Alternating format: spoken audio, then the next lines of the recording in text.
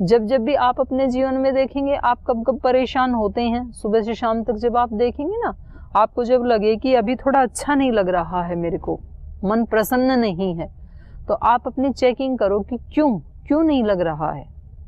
बाहर तो सब कुछ ठीक ठाक है, तो आपको पता लगेगा कि आपने कोई विचार उठा लिया था ऐसा, किसी भी व्यक्ति से संबंधित, किसी भी परिस्थिति से संबंधित, किसी घटना को स्मरण करके, और उस विचार ने आपका ये क्षण, इस समय का जो आपका जीवन है उसको भी कैसा बना दिया, नीरस बना दिया, रसपूर्ण नहीं है, प्रसन्न नहीं है।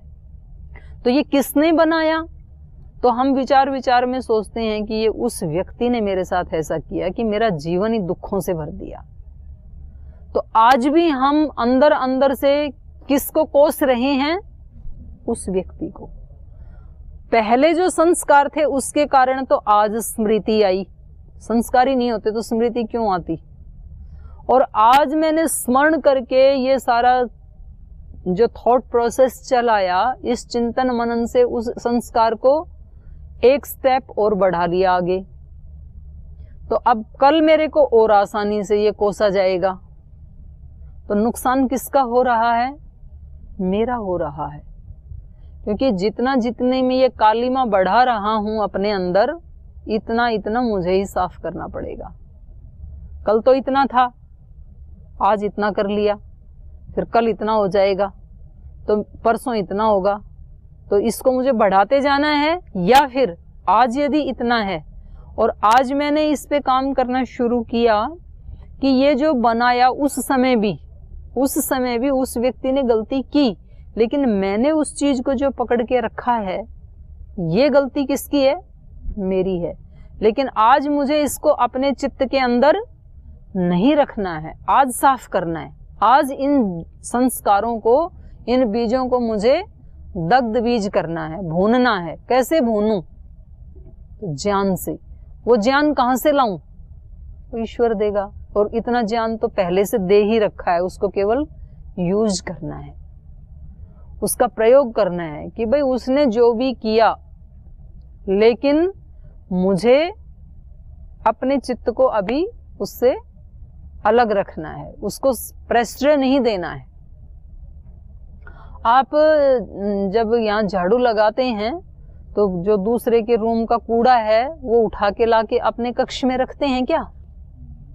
दूसरे के बाथरूम को साफ करके वो जो कूड़ा था, पॉलीथीन में डाला था या डस्टबिन में डाला था, उसको लाके अपने कमरे में रखते हैं क्या?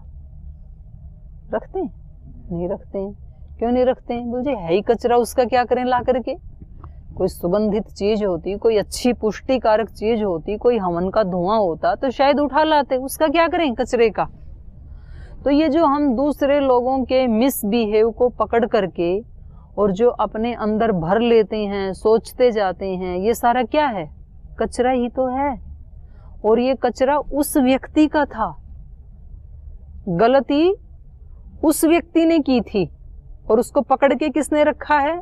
मैंने रखा है। उसको तो परवाह भी नहीं है, वो अपने स्वच्छंद घूम रहा है आराम से, और मैं उसकी दुर्गंध में सड़ा जा रहा हूं, क्योंकि मैंने रखा हुआ है। तो मेरे को करना क्या है? फेंको उसको बाहर, जो मेरा कल्याण नहीं कर रहा। जो स्मृतियां मेरे को कष्ट दे रही हैं, उनको पकड़ के रखने से क्या फायदा है? तो उनको फेंको बाहर।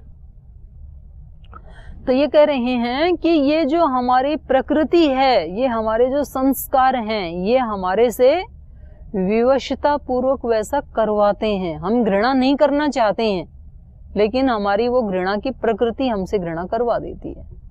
हम द्वेष नहीं करना चाहते हैं, लेकिन जो द्वेष के संस्कार हैं वो द्वेष करवा देते हैं, क्योंकि वो स्ट्रॉन्ग हैं।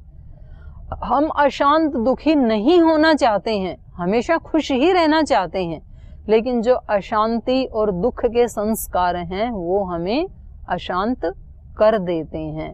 तो इसकी फिर शुरुआत कहाँ से करनी है? यहीं से करनी है जहाँ खड़े हैं।